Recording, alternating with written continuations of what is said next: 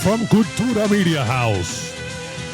Presented to you by 786 Sports. It's El Big League Show with Adrian Lorenzo and Danny Enriquez. Here's Danny Enriquez. What's up, everybody? Welcome to El Big League Show. Got my voice a little rugged, cheering for my Miami Hurricanes with a nice 3-game sweep over Georgia Tech, also WrestleMania, so you know what time it is. But listen, you're not here to hear me talk. You want to hear from former MLB executive Adrian Lorenzo. Adrian, how we doing? Doing awesome, man. Doing awesome. Even better every time I hear that intro from Junior. Junior, you're one of a kind, my friend. Well, listen, we're going to talk about a team that I don't think gets enough coverage. It's kind of like an under-the-radar ball club, and that's the New York Yankees. So, listen, fans, we see the long home runs. I mean, Aaron Judge. What more can you say as a fan? So take me under the hood as an executive, what you're seeing from Judge and really from this whole offense for the Yankees, which seems to be clicking on all cylinders. Yeah, I think, when we wanted to talk about the Yankees, it wasn't just to talk about the Yankees because they're the Yankees and that they're popular. No, they happen to be the number one offense in baseball right now. I think on any given night, the Cubs might, edge in by different metrics at number 2. But kind of however you slice it, the New York Yankees, from a record standpoint, as well as from just a run production standpoint, they fly off the page. Well, let me hit you. Number 1 in xWOBA, number 1 in hard hit, number 1 in barrels. That's pretty good under the hood. Yeah, all those 3 things are the most important things. We can dissect different stats, but those 3, like hard quality of contact, good swing decisions, on base numbers. I think it's an offense firing all cylinders. We touched on it last episode, but it's interesting to have subtracted Juan Soto, right, and added other guys that have made him, in my opinion, a little more balanced out. Now, last year's offense was also exceptional, so respect to that lineup, but they've kind of kept on going offensively without Soto, and Aaron Judge has it's kind of like boringly good, like boringly best we've seen, I think, since, I don't know, Barry Bonds, right? Like that kind of, you're expected to be the dude, everybody pitches around you, and you still put up the kind of numbers that he's in. If you pull up his page, it's all 100th percentile. I think, yeah, you're expected to go out and be good, but his rolling out and being elite again and dominant again, I think it's a huge part of why the Yankees are the spotlight for this week. We know about his commitment to his own development, right? The makeup, the fact that he puts in the work, but there's another side to that equation. That's the people working with him. Talk to me about the Yankees organization development-wise and how they're turning out hitters that we didn't expect to be great that are great, and hitters like Judge that we expected to be great and are otherworldly. Yeah, I think the Yankees deserve a lot of credit from a development standpoint, and I think that credit should be extended out, probably a decade, 15 years, maybe even more, because they've had a really good reputation from a player development standpoint, especially offensive player development standpoint. The list is long from the Jeter, Bernie Williams era, but down to even, today with Judge, Ben Rice. Like, it's a lot of Yankee stories. Gleyber Torres, who's not a Yankee anymore, but a lot of those things are implemented, like we talked about last episode, decades out for you to see the fruits of them now. And I think the Yankees they're from an offensive standpoint, offensive philosophy and approach standpoint, I think they're one of the better ones in the game. I think James Rowson, to me, is one of the best people in the game, period, but definitely one of the better, if not the best, offensive coach in all of baseball right now. And I think he's getting to show it now with results. Now, you're someone who knows James personally. You worked with him in the Marlins, so you saw him work up close. For Yankees fans or whoever's trying to learn more, I mean, they hear the name, they're familiar with the name, but just what makes him different and how he's able to connect with hitters and allow them to improve and not just, hear what he's saying, but actually apply it. I think what we're seeing here in this day and age of kind of like newer age thinking as it relates to hitting, I think James Rowson, or J-Ro as a lot of people call him, is able to blend both worlds of a lot of like the newer age ways of thinking, which you have to think that way because players will go on their own in the off seasons to these places. So you have to be fluent in that language. You have to speak that language of all this, everything that's happening right now.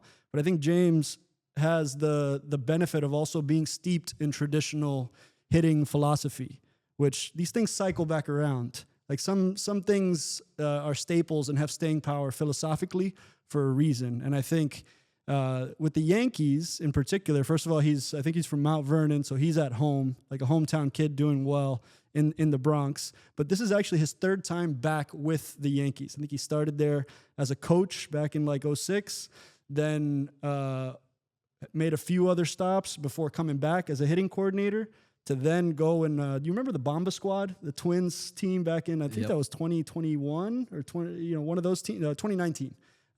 He was the hitting coach for the Minnesota Twins before making a stop with the Marlins as an offensive coordinator / bench coach to then circle back around and now be the primary hitting coach at the major league level with the New York Yankees. So it's the Yankees. The organization is familiar with him, but I think they're seeing him in a different light now that the offense is really firing on all cylinders. And I think he blends these two worlds really well. But at the end of the day, I think he's an excellent communicator of very complex information that needs to be distilled into something very, very palatable. Like you can have all the best information in the world. You can have all the charts that say this guy's going to go here, he's going to pitch you here, where. But if you don't have an ability to communicate that with a relationship you've already built to a player as he's about to go in the game, because that's how it really functionally works out, right? You can have a meeting at the beginning of the series that breaks down what every pitcher does, but at the end of the day, in game, before his at-bat, the player's going to come up to James Rowson or one of the other coaches and be like, hey, what do you got? And whatever you say in that moment is probably the most crucial, is the most important part of the whole puzzle. You can have all great information, but if it falls apart at that last distillation to the player, that's what the player goes out and takes to the field.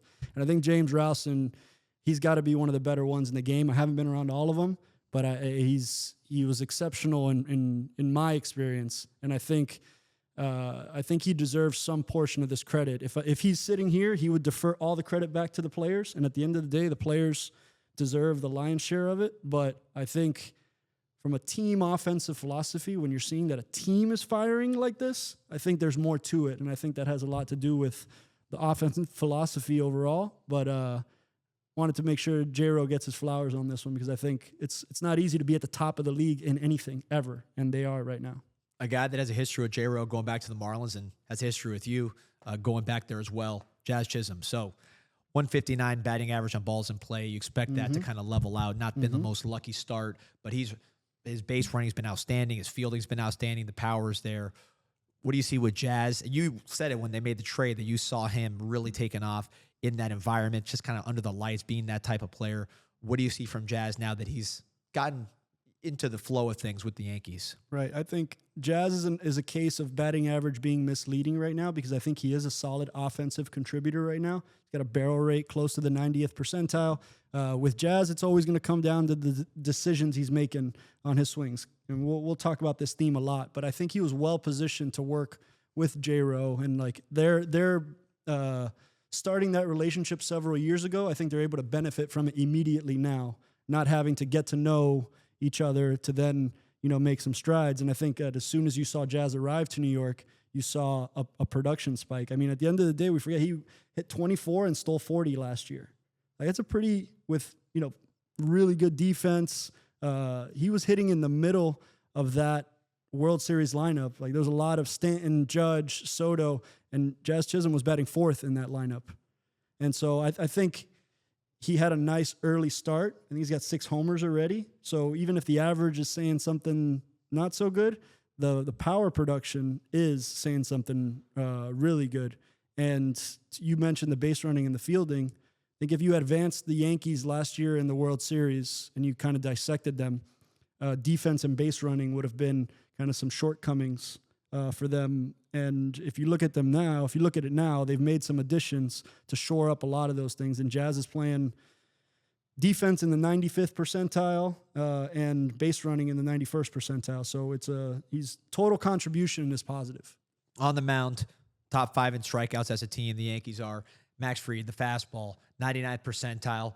Breaking ball taking a step back, just according to the numbers, but it's so early, with the sample size to take too much from that part of it. But it looks like the fastball's for real. What allows him to be so effective with that pitch?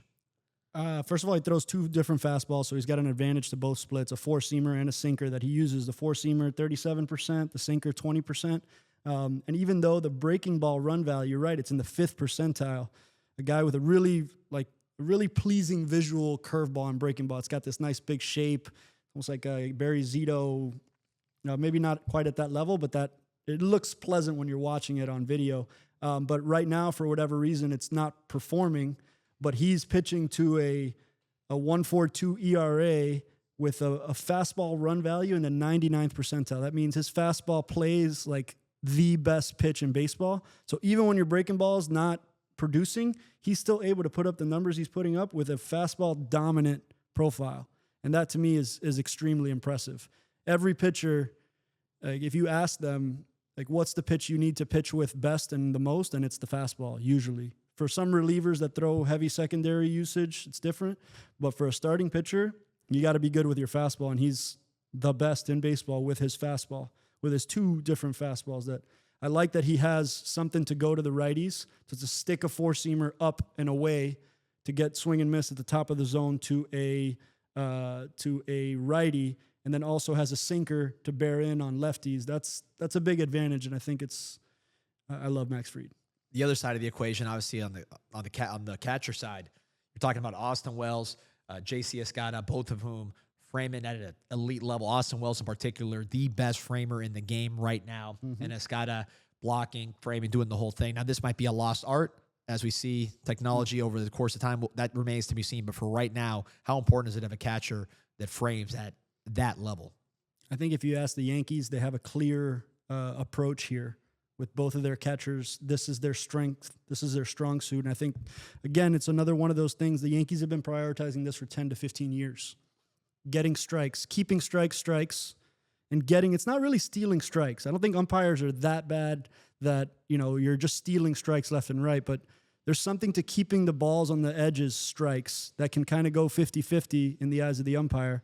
I think what a good framer does is keep the majority of the balls that should be strikes as strikes, because they present it. It's a clean presentation of catching the baseball, which is harder than it sounds. But I think the Yankees properly value that a 1-1 count on a pitch on the margin can go either into a 2-1 or a 1-2 count, and that's a massive swing in terms of count leverage. So I think them valuing that appropriately connects to how Max Fried can pitch without his best breaking ball and pitch heavily with his fastball, because most of the balls he throws around the corners are going to be kept strikes. And some, even that are balls really, are going to be kind of made into strikes. So I think it's at the heart of their pitching philosophy to have catching that presents the pitches in a way that they find favorable. You're going back to the offense. We talked a lot about Ben Rice, Ben Ados, the honorary Dominican, but Trent Grisham's having a breakout himself over there in the outfield. Swing decisions, I know you harp on that a ton. You hear about him almost doubling his first pitch swing rate, so he's being more aggressive. What do you see from Grisham? I see somebody capitalizing on being in an exceptional lineup and capitalizing on exactly what you just said. It was the higher first pitch swing percentage, so getting more aggressive earlier in the count. I think that makes sense. If you have Judge, Stanton, Bellinger, Jazz, a hot Ben Rice, like everything that they have in their lineup, like pitchers got to challenge guys no matter what. Even Judge, they got to challenge, but especially guys down the order, you got to challenge those guys because you have to pitch somewhere. And I think the Yankees and Trent and back to J-Ro potentially are identifying that early in the count, there may be some good eating for Trent Grisham early in the count, and he's doing that. His Baseball Savant page pops right now. And he's a total player, contributes defensively and base running as well. So I love seeing stuff like this. Reestablishment of value in a role that a guy that maybe gets lost in the shuffle, but talk about taking advantage of your shot here. So love that. Adrian, what are you, 35, 34? 36. 36. So yeah. I know you like to think you still got some gas in the tank. Maybe you're approaching your prime. Right, some of these relief pitchers on the Yankees seem to be hitting their stride here at 35, 36 years of age. You're talking about Tim Hill, 0.5 WAR in 8 major league seasons, but the ground ball percentage on that sinker is just off the charts right now. Also, Fernando Cruz, similar, 35 years old, out of Puerto Rico, got 1.4 WAR for his career, but he gets it done with the splitter, the whiff percentage in that 99th percentile. So just this whole class of player, this kind of, say middle age, but, I guess baseball terms, probably towards the end, age-wise, never exploded, and then they get the breakout here late in their careers. Just you as an executive, have you seen this kind of profile before, and what does it take to unlock that in an older pitcher? I think being in a good system and utilization, like how you get used and the pockets with which they decide to use you, I think has a lot to do with it. So if they rightfully put Tim Hill in a lot of left-on-left pockets or left-right-left in that spot, and that can really help the same profile that you pitched with somewhere else that maybe you had middling success with. If you get utilized in certain pockets advantageously to your split, you can find a lot of success in these more limited roles. That's why I find bullpen construction is fascinating. You can construct a solid bullpen with pieces that complement each other, even though them on their own, if they had to go one inning at a time whenever, in true 7, 8, 9 fashion, they wouldn't perform as advantageously. But because they get popped or put in the game in certain spots, I think that you're able to construct a good bullpen with guys that are maybe on the margins of recognition. And Tim Hill, to me, that's a tough at bat for a left-handed hitter. It looks like it's coming out of first base, and it's a boring sinker, and he's throwing a lot of strikes. And so, to me, that's a lefty, a tough angle left-hander with a high probability to put the ball on the ground. You can find a lot of spots to use that, and I think the Yankees use it well. But then, to Fernando Cruz's profile, here's a case of another guy pitching a completely different way, where he's got probably the best off speed in baseball right now with that splitter, but he gets matched up in other spots. So he's a different look out of that bullpen and a different profile. So they have a good diversity going in that Yankee bullpen. And Luke Weaver's I love Luke Weaver too. He's just ice in the veins. Like he's another one that he got a lot of due credit in the World Series and the playoffs, but he's interesting in terms of a non-power closer, where it's just able to find a different path to the same result. And that's what I mean, that you can put these pieces together in the bullpen and find the right collection of guys and how they complement each other and net out in a really good bullpen. And I think that's where the Yankees are at right now. In terms of putting that puzzle together, is that coming from the manager? Is that coming from the pitching coordinator? Is that coming from the front office? I mean, how does who's behind the scenes making sure that bullpen fits and how it's utilized? I think it's a collective. I think it starts with a good pro scouting department and a good front office that identifies the player personnel move that needs to happen so that Aaron Boone has weapons in all of these different scenarios and instances. But then it transfers over to, it's comprehensive. It transfers over to the pitching coaches themselves, which have to execute a plan. And that plan is usually a collaboration between the front office and the coaching staff, not one or the other. In good organizations, it's hand in hand.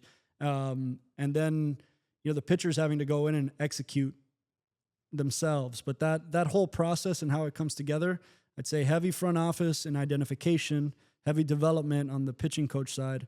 And then like a pitcher, you still got to execute on the in-game stuff. So they got a good thing going right now. In terms of front offices, that's been the topic of discussion. The Athletic had a very good article, polled over 40 decision makers, talk about the top 10 front offices in baseball. I'm sure that got the group chats firing within the baseball community. We'll focus on the 10. We're not going to really argue about the order necessarily. Sure. But I want to just, what jumps out about each of these teams, because they all do things a little differently. They all have different hands to play, right? The Dodgers aren't going to do things the same as the Diamondbacks. It's just a different process, different needs. Starting with the Dodgers, the quote from the article was "Moneyball with money." You probably hate that quote. I do. So tell me what jumps out about the Dodgers. That they're appropriately ranked at the top, and I think that there's a wide separation between them and everybody else. I think that the Dodgers are just the epitome of health of an organization, but really for the past 10, 15 years. I don't think Moneyball with money, yes. Like, are they efficient with the dollars they decide to spend? Yes. But they're also very aggressive with the dollars that they spend as well. So they don't feel the need to, which juxtaposes with the number 2, which is the Rays. Like, they're trying to be as efficient with little dollars. The Rays are efficient with big dollars. The Dodgers are efficient with big dollars. But what the Dodgers also understand is that the whole experience for a Dodger player feels about as first class and pro as you could possibly imagine something feeling. That costs a lot of money to maintain that and to have that aura and to have that reputation. I think the Dodgers are the definition of big leagues right now. It's our modern dynasty, I think, in this era that we're in, and rightfully so. But a lot of those things were started 10, 15 years ago. Andrew Friedman and the rest of his group deserve a ton of credit.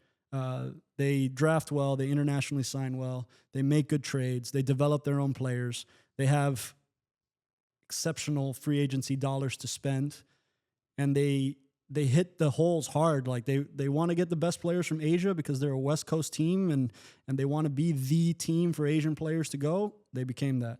They got Mookie Betts as a premier player in baseball. I think he was the first player that was identified as like, okay, we're going to build around Mookie Betts here. And that has turned out to be an exceptional decision. I think he got rated or ranked as the teammate you'd most like to play with, number 1 in the league, the players poll, and that's one of their cornerstones. If you ask about Freddie Freeman, same thing, right? Maybe in an even, on a whole different side of the league. Both championship players, right? Both championship players before they even got here, as well as champions here. So it's an embarrassment of riches, but they don't just get there because they have money. Yes, they also have money, but they also have a lot of processes that are exceptional that should be recognized and not just get like, oh, they can outspend everybody and that's how they win. I think they're firing on all cylinders, and they have been for about a decade. So they deserve to be number 1. And you, as someone you got to scout the other front office, yep. Right? So you're in a draft room, or you're competing for a player, and you got to know, hey, that's a Dodgers type player, or that's not a Dodgers type player, right? When you're trying to project and get your own situation resolved. What is a Dodgers type player from that standpoint? Like a guy they're more likely to target? I think the Dodgers are smart enough to know that they have to be fluid with that model and nimble to the times. So I think if they identified something as being the trend in 2007, you can rest assured that they've researched that to make sure it's still the trend today in 2025. So I think they do a really good job of staying contemporary through research and development, through all sorts of different methods, but also blend that with a way of having those things, these new wave things, be palatable to their players and to their not only to their major league players, but throughout their whole system. It feels like there's a high degree of cohesion across the organization, and they appreciate that different profiles can contribute in different ways. So we talked about all these offensive players that are contributing, but somebody like Miguel Rojas can be a defensive specialist and have very much a established, important role in this World Series club. So they appreciate the more, let's call them old school baseball things that get appreciated, as well as these new, kind of tip of the spear type of philosophies. They got it. They got that thing. Tampa Bay, one thing you read in the article and they're known for is they want a player. That's the player they want. If they're talking trade with you, it's not necessarily a fluid process in terms of who they may want. They want that player. They know how they evaluate their own minor league prospects, and if they're kind of off somebody, they're off him, and they're very direct in what they want from the reputation. You've dealt with them. The Jesus Sanchez trade, you were there for that, right? Jesus Sanchez going to the Marlins, Nick Anderson, Trevor Richards going to the Rays. I think it was pretty fair trade. I would lean Marlins on that one, but it certainly wasn't a Ray win, which they get a lot of those. But you dealing with the Rays. Yep. Is that true that they're very specific about what they want and how they kind of evaluate their own players as well? I'd say they're remarkably cohesive as well in they can move really quickly on their decisions, and they get out in front of a lot of decisions. So you see teams, 40-man roster management to me is like a really barometer of how you evaluate a front office, like how they manage the 40-man roster over the course of the season, the off season. There's a lot of moves that get made, designations for assignment, small trades, guys getting optioned here and there. They have an ability to get out in front of moves. Like they knew Jesus Sanchez, you mentioned, right? That deal only comes together because he finds himself on the fringes of the 40-man roster for whatever reason. You have a good major league team that's playing well and there isn't a spot, but you have a valuable prospect that you know is being blocked. They'll get out in front of that trade instead of, holding him to see that if in the future he'll establish value. If they identify he has value right now and he's not fitting into the current plan, they'll be a little quicker to make that deal. They strike me, and this is through a lot of interaction with them. When I was with the Marlins, we interacted with the Rays a lot. Xavier Edwards was another Rays Marlins deal. What I like about them is that they're willing to make deals, and sometimes they're willing to not. How do I say this? They're okay giving up value, understand that you have to give to get, and that you're not just going to be on the winning side overwhelmingly of each deal. I think they understand that you have to give to get, and they end up making a lot of deals. So I think that's made them seasoned in these trade transactions. Now, that's not giving enough credit to their player development system. That's also been pretty strong for a long time, especially on the pitching side. And I think Tampa Bay, while I don't love that model, because I don't think any team should be run as efficiently as possible with the lowest payroll possible to get the highest wins, I just don't. I understand it's something we value, and Moneyball became Moneyball for a reason, but I actually think these teams do so well, they should operate more like the Yankees, Red Sox, Dodgers. We go back to the public trust thing. You're in possession of a public trust. This shouldn't be a business efficiency extraction. These teams should be well funded because, you look at it relatively, you look at the 30 teams next to each other, they're making a lot of money, even the teams at the bottom of the spectrum. So I think these things should be run more aggressively in terms of spend on the big league team. But you do have to respect when you don't have a whole lot of, you have a low payroll and you're just cranking out wins in the AL East at a high clip the way they do.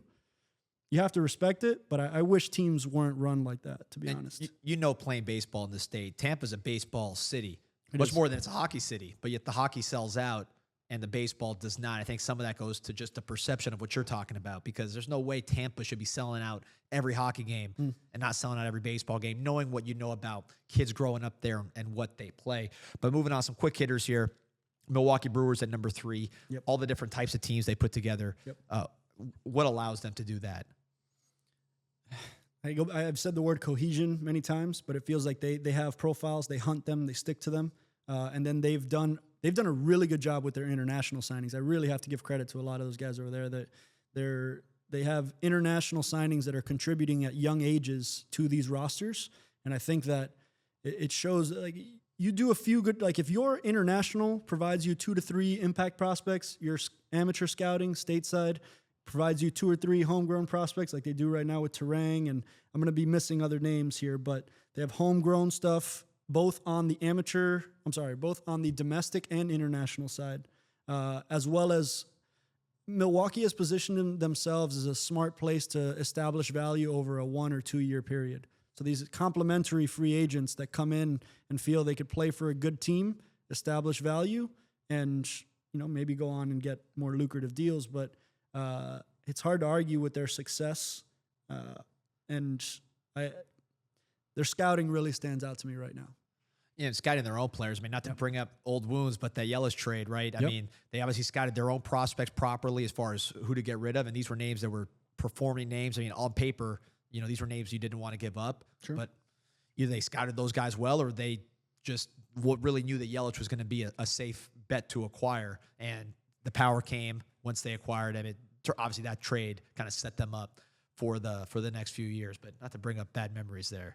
I don't see that as a bad memory at all. I see that as an aggressive swing at high upside players. Lewis Brinson, Monte Harrison, Isan Diaz.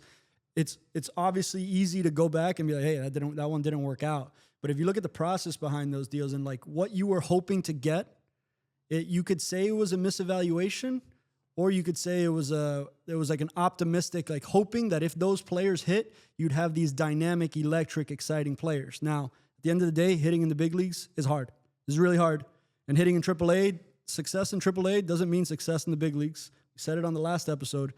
This trade and the Yelich deal all those guys raked in AAA and all had good, especially Lewis Brinson was the best player in AAA that year and with great scouting reports. But to your point, who knew them best? The Brewers themselves. So maybe they felt, okay, we're giving away talent here, but this is a level of talent we're comfortable with including in these deals. And maybe they're not quite the Brewers type of player that equals success at the big league level. And in that deal, they had to give out volume, right? So it's not a bad memory for me at all. It's actually one of the trades I feel like I learned the most from, and where that big gap from performance in the minor leagues versus performance in the big leagues, those are two really different things. And credit to them for seeing in Yelich, because we, as a Marlins fan, he always thought he could get the power. Yep. It's not like that was already realized when they acquired him, at least not to the. It was trending upward, is what I'd say. It was like on that he was in that perfect trajectory where like the hit tool had advanced to such a degree that now it's like a point of contact or attack angle, and now you're hitting home runs with that average. So Yelich there were a lot of teams pursuing Christian Yelich.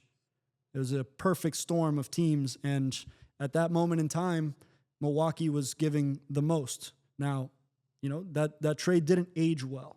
So, but I think all trades have their, they have their upsides and their downsides. I'm sure Marlins fans are frustrated as can be about that trade.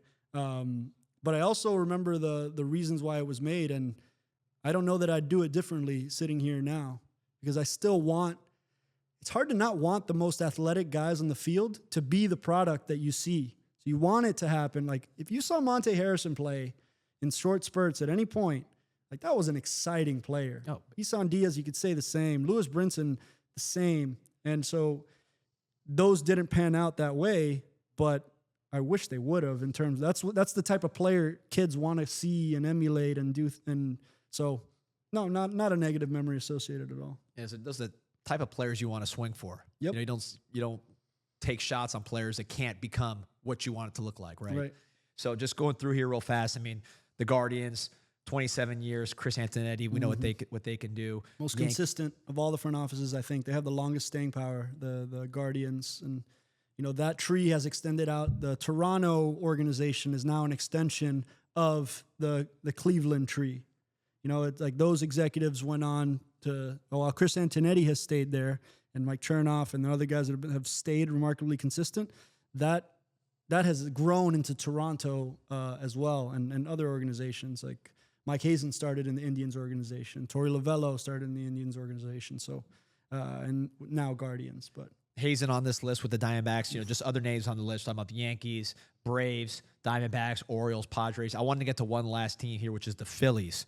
Okay. Dave Dombrowski. I know some of you you hold in a very, very high regard and has done it at many different types of places. Obviously, we saw it here in South Florida. He's done it elsewhere in very different baseball markets with tremendous scrutiny. What allows him to be consistent in different environments? A lot of things. I think I learned a lot because I had researched Dave a lot he was the architect of the 1997 Marlins. And so his name comes up a lot here because we talk about a lot of Marlins things, and that was his heyday. But before that, he was actually with the Expos. And then after that, goes on to establish Detroit as a semi-dynasty. While they didn't win, they were one of the best teams in that pocket. And then to actually overlap with him when he gets to the Red Sox in 2018, I'm there on the major league staff. Or not 2018, I think it was 2016. And so I got to work with Dave pretty closely and watch him operate. And he's got that presence in the room. He's got that vibe like he's in command and really knows how to make deals. First of all, I think he's probably one of the better deal makers in the history of baseball. Knows you have to give to get. And a lot of those, the Chris Sale trade during the Red Sox time, you gave away Michael Kopech, Yohan Moncada. Like at that time, that was a reach. But he came in and showed me an appreciation of the fact that this whole thing, the whole organization, while it's a massive operation with player development, scouting, at the end of the day, it's about winning at the big league level. And he got there with the Red Sox, and he like shifted everybody's focus to, because we had a really good farm system at the time, probably one of the top-ranked farm systems. This is a farm, Mookie Betts, Jackie Bradley, Blake Swihart. It was a loaded farm system, but we had just come off a rough year, and he kind of shifted the focus back into, let's not forget this is about winning at the big league level, and immediately made moves to bolster that big league roster. And I learned that it's like you can get caught up in wanting to have a nice farm system and win drafts and things like that, but at the end of the day, you got to win major league games, and that really stands out. And I think that has been applied to the Phillies with the benefit of all those experiences that I just mentioned. So it's somebody really seasoned in every evolution that this game has gone through, and I don't know, all these new age and new wave things. While he's fluent in all of them, he still operates in a little more of a like OG traditional general manager wheel and deal style that it just shows that that's timeless too. I don't know. He's a case of experience mattering, and he leverages that experience. And he's influenced a lot of other guys as well. His tree is extensive of people he's worked with. Yeah, it feels like all his teams, they just have tremendous star power. You know, It's like these are not kind of overachieving type of squads, sure. Right? I mean, any one of his teams, including the Phillies now, I mean, star after star, marquee names. And I know it's not that easy to just say, hey, you get the stars. There's a process to it. But clearly he understands that if you're going to win big, you need that caliber of player. You're not going to get cute with it. I think he properly values what that means in a clubhouse and in a team too. I think we had Juice in here not too long ago, the barber for the Miami Marlins, and we had Mike Lowell in here not too long ago, and they both referenced Pudge, for example. It's like sometimes like a dude in the clubhouse that's a real dude in the league just changes the aura, the vibe of your whole thing. It legitimizes you in this way that few other things can, because in that Phillies clubhouse, like Bryce Harper, like it's one of the best in the league, as well as like guys in the league like that guys make money, because that gives a whole other like legitimacy, viability. It's like not only is he really good, but look at the contract this guy got. And I think that carries weight with other players, especially in their own clubhouse, that I think Dave properly assesses. And I think any GM would properly assess that, but he's got a penchant for attaching to that star power, and I don't think that's without reason. Now, switching gears from some of the marquee names to somebody who is just starting to get his name out. And this is, to me, one of the most interesting players in baseball, which is Jonathan Aranda, the Mexican from Tampa Bay Rays. And like, you just look at the StatCast profile, man. I mean, so much red in the hitting profile. Then you look at his bat speed, very much on the low end. His speed, his base running value, big blue 1%. So, it's just a funny profile as far as a guy that is your classic kind of underdog. But then you look at the hitting and the damage he is doing to the baseball, and that doesn't look like an underdog. So what do you see with this progression? Oh, I love stories like this. It's a 8-year minor league journey, original Tampa Bay Ray signing out of Tijuana, Mexico. I think this is a great segue into Mexican baseball overall, but I'm glad Jonathan Aranda is having his moment, right? Like, if you can hit, you're going to get to the big. If you can actually hit, you're going to find a way to get to the big leagues, because no team is just stacked with guys who can legitimately hit. And at this rate right now, he's having his moment and he's capitalizing on it. But it goes back to the argument about the Rays and why they're good, because they can get performances like this from under-heralded guys on these rosters. And it stands out to me as a guy who's always hit in some capacity, always gotten on base, just kind of continuing to progressively get better and move the ball forward, because at every point he's going to have proven that he could hit, because it's not a very physical player. It's not a super tooled out player, as you're mentioning. In order to be standing there with this opportunity, you have to have just proved at every point that you could hit. And there's a good recent trend of Mexican hitters from Tijuana, especially with Alejandro Kirk, like good hitters that are coming out of that area, and he's one of them. I love this, especially showing the diversity of where everybody can come from. All the different, we talk, in Latin American baseball, we talk a lot about the Dominican, we talk a lot about Venezuela, we talk a lot about Cuba. Mexico doesn't get mentioned as much for position players. It's usually a pitcher-dominant scouting, but in this case, it's a really solid contributor from Mexico. Let's talk about Mexican baseball more broadly. You're talking about a team that finished third in the World Baseball Classic. Yep. The best of the Hispanic, Latino countries. They were the top. Yep. Right, and they're right behind Japan and the United States. You read, there was a great story on MLB.com in Spanish about how that showing has really accelerated the pace of baseball as far as just being a spectator sport in Mexico.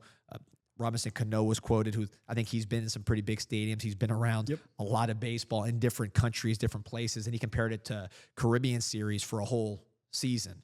You're talking about the fan base there. So the Diablos Rojos and the Red Devils in Mexico City. We're talking about almost 12,000 people a game on average. And there's other teams like that, the Tijuana Toros, the Sultanes de Monterrey. So this is a country which is enormous. I mean, this is just it's a big country, just size-wise, population-wise. So if this country truly catches baseball fever in a way that overtakes soccer, maybe they get their own Elly de la Cruz or Bobby Witt. I mean, what is the potential for this market, both from a scouting standpoint and from a baseball business standpoint? I think massive is the potential, but I also want to give due credit to the fact that those leagues are legit. They actually have two leagues in Mexico. One is the one that runs concurrent with the season right now, which is the main league that you think about. They also have a really high quality winter league as well. So what stands out to me from Mexico is it makes sense that they would win in team settings. Maybe pound for pound talent or tools at individual positions don't jump out, but when you play team baseball, it makes sense that they would be in the higher performers because the Mexican leagues actually have, like the Diablos Rojos have a whole development system down to, you could be a Diablos Rojos at 11, 12 years old and you'll play in the 11, 12 group. And then they'll have another 14, 15 group or 12, 13. They have a whole player development system within each of those Mexican league teams. And so you're playing a lot of organized, high-level, polished baseball. And I think you see that show through in some of the World Baseball Classic stuff. But I've always loved the Mexican League in terms of scouting. They're just, the Mexican player on average is not as physical as some of their other Latin American counterparts. And so the scouting just tends to be different. And to this point has been very pitcher kind of dominant. But to the other point of potential in the market, right, of what this could be, I think those that were around for the Fernando Valenzuela era of Mexican baseball realize, like, when you plug into the whole country of Mexico and you have a star like that, you see just how big Mexico can be, especially I think you feel it most on the West Coast, but a rabid baseball market. I think Robert on Un Podcast de las Mayores, Mexico is a sizable chunk of his audience in a Spanish language show. So I love Mexico as a country and as a market for baseball. I think it's awesome. What's it like scouting in Tijuana? Tijuana, for me, is a little different than scouting the rest of Mexico because you can stay in San Diego. You would stay in San Diego and you could just walk over the bridge into Tijuana. I would get picked up there and then walk back in over the main entry point. So I think Tijuana is a little bit different, but I loved, for example, Monterrey is beautiful. Monterrey is like big baseball city. Mexico City is incredible too. If you go to Diablos Rojos Stadium, it's a whole vibe. There's like an F1 track around the baseball stadium. The stadium's very modern and has all it's better than where the Rays are playing right now, just to give an example. So it's really high level facility as well. People forget how well funded the Mexican Baseball League is from an ownership standpoint. It's very well funded. All the teams are. So, and Mexico City is a whole different vibe than Monterrey, and Monterrey is a whole different vibe than Monclova and Oaxaca, and it's true regional baseball, which I like. I think Mexican baseball is really cool. Yeah, it's going to be fun to see that build to the WBC. Yep. And, Ananda's going to be obviously a huge part of that. Shifting gears to the prospect level. Guy that, to use your term, looks right? I always see in your scouting reports, LR looks right. Yep. Jordan Lawler. Yep. 6th pick of the draft, 2021. battled some injuries, had a cup of coffee in the majors, but now you look at the numbers in AAA, last 10 games, 16 to 39, 11 extra base hits, 5 home runs, 4 stolen bases. What do you see from Jordan Lawler, and what kind of player could we potentially be looking at if he stays healthy? I think a cornerstone player for the Arizona Diamondbacks, which right now we didn't.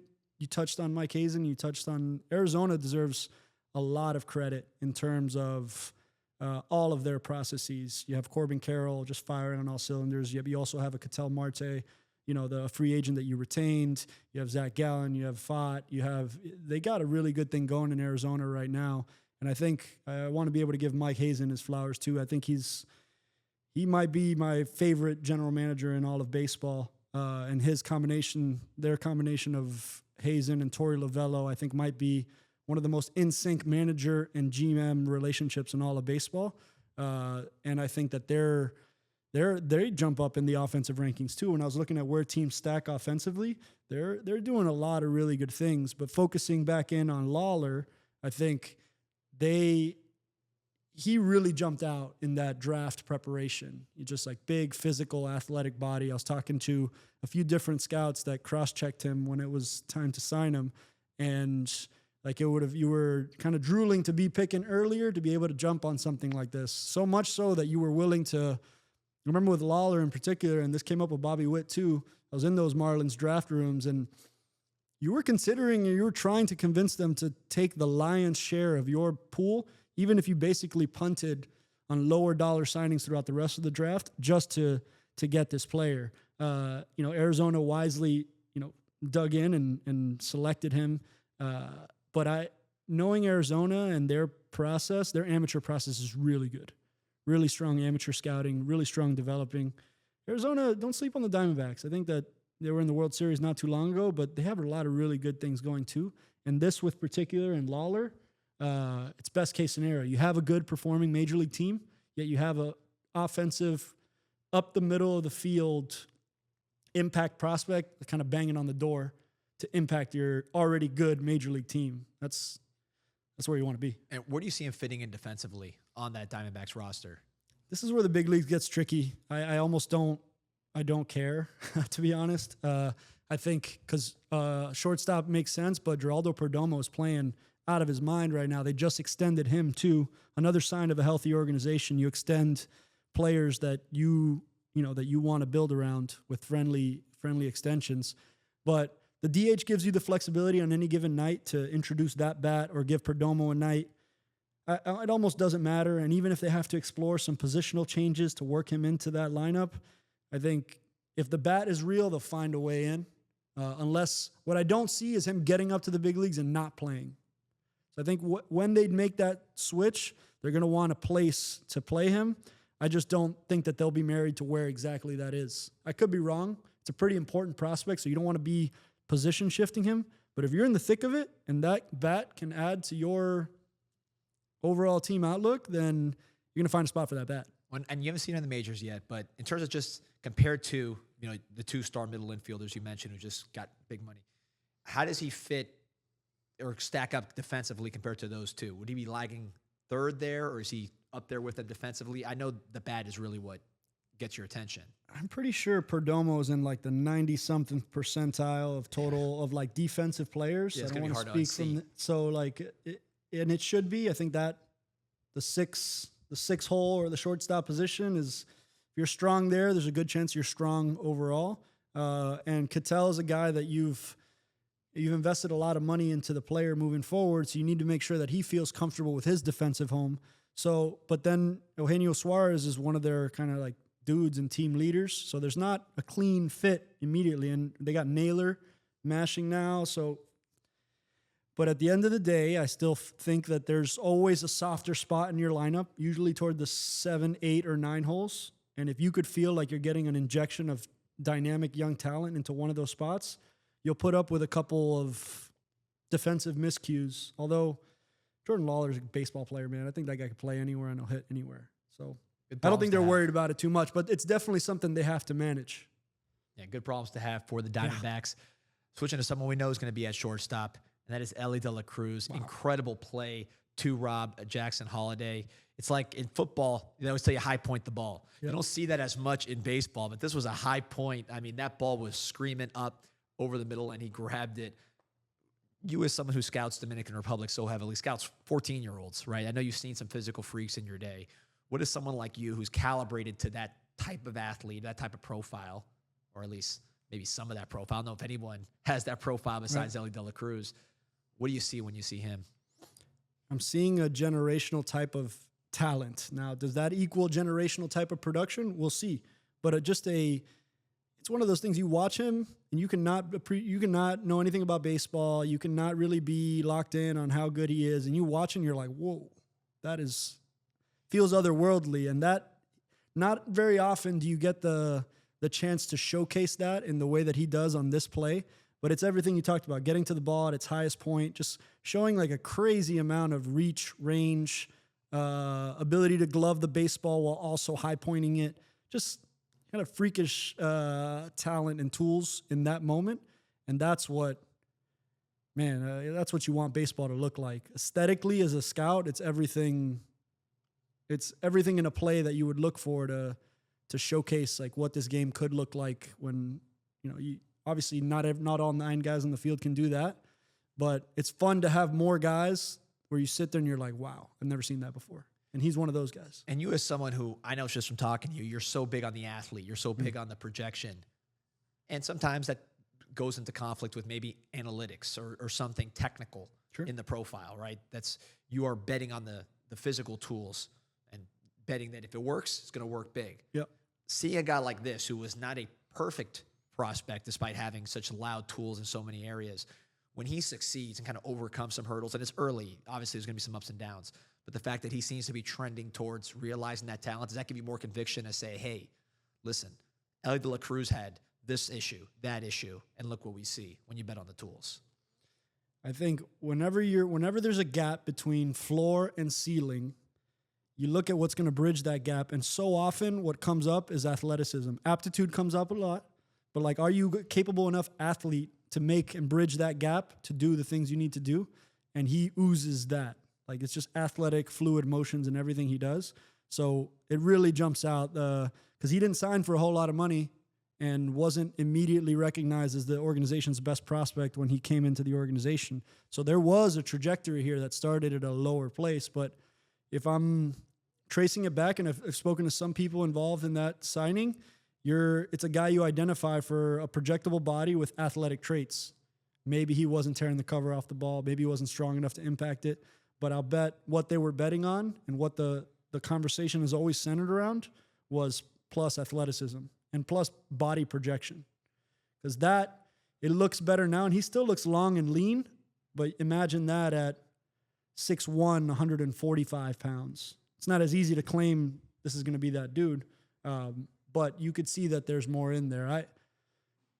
He's on like a fantasy team that I made, not so much because he's the best, most productive fantasy player, but because he's just exciting. He's just an exciting player, and baseball needs to gravitate towards those exciting players, and I think Cincinnati is. And sometimes, with the freaks, we don't give enough credit to makeup. I mean, this is a guy who took the initiative to learn English. Yep. You got to imagine that translates to other parts of being a professional athlete if he takes that step, which a lot of people don't do. So it's easy, obviously, to get lost in the size, the athleticism, everything else. But the makeup part of it, I think with him, talk about bridging that gap. It's a lot easier to bridge that gap when you have a Aaron Judge type makeup, right? And you're going to put in the work and do the right things. I'm so glad you brought that up because it's so underrated. And I think if you poll players that have had success, Latin American players especially, I think they'll point to the moment where they started to understand English better as a leap in their development, because so many of your teammates, so many of your coaches, the predominant amount of the coaches and teammates you interact with is going to be in English. So teams, good ones, put systems in place where they're going to make sure there's always interpreters and translators for you to be able to get the message, but there's something different about you being able to initiate action in somebody else's home language that, they'll respond in kind to you as well. But I think Latin American players, especially the ones that are listening here, like that understanding at least of English and that ability to make it a priority to learn English is a player development step in your process.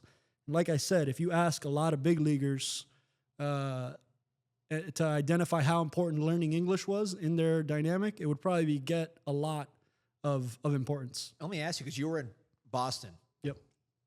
David Ortiz, if he doesn't speak English as well as he does, obviously he has a thick accent, but he speaks English very well. Yeah.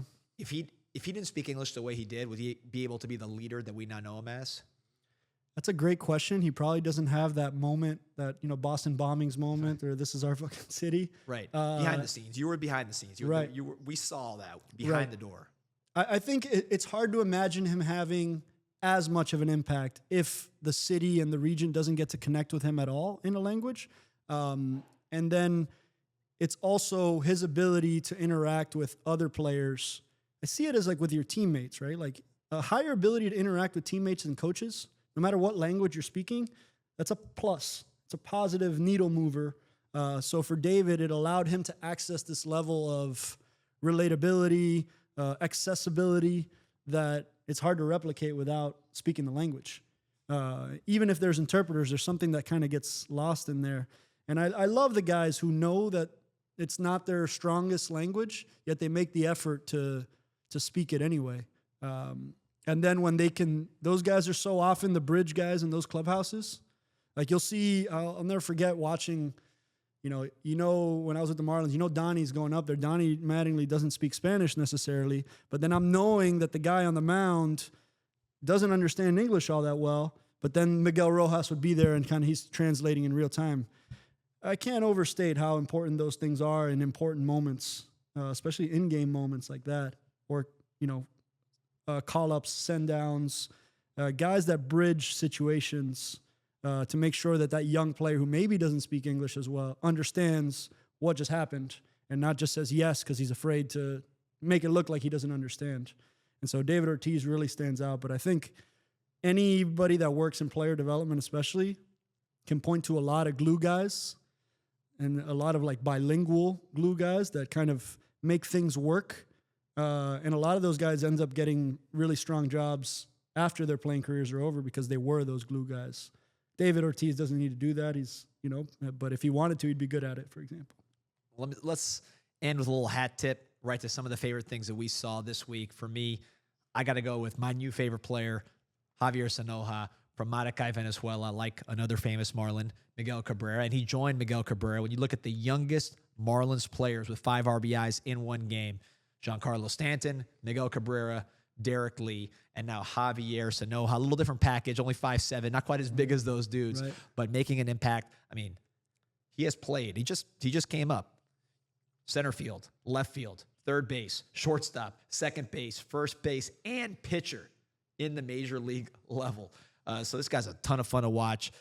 We'll see what the ceiling is. He's so young, and he's doing so much, maybe more than people might have projected, that could he be one of these anomaly players that keeps kind of pushing the ceiling up? We'll see, but as a Marlins fan, it'll be fun to watch him. I'm so happy for Javi Sanoja. I watched the whole career trajectory from the Dominican Summer League all the way through where he's at right now. And I personally have been incredulous that at every step it would keep going, but credit to him. Sounds like Jonathan Aranda that we were talking about. Just a guy that kept hitting at every level and has enough positional versatility and athleticism to have that positional versatility, which I think starts from him being an infielder. Really strong actions as an infielder with good athleticism, good run tool. So it could more easily translate to also playing left field, center field. But he's always hit. Bat to ball skills are very high with Javi Sanoja, and he's found a way to prove it at every level that he could hit here. And after a certain point, I guess you can just hit.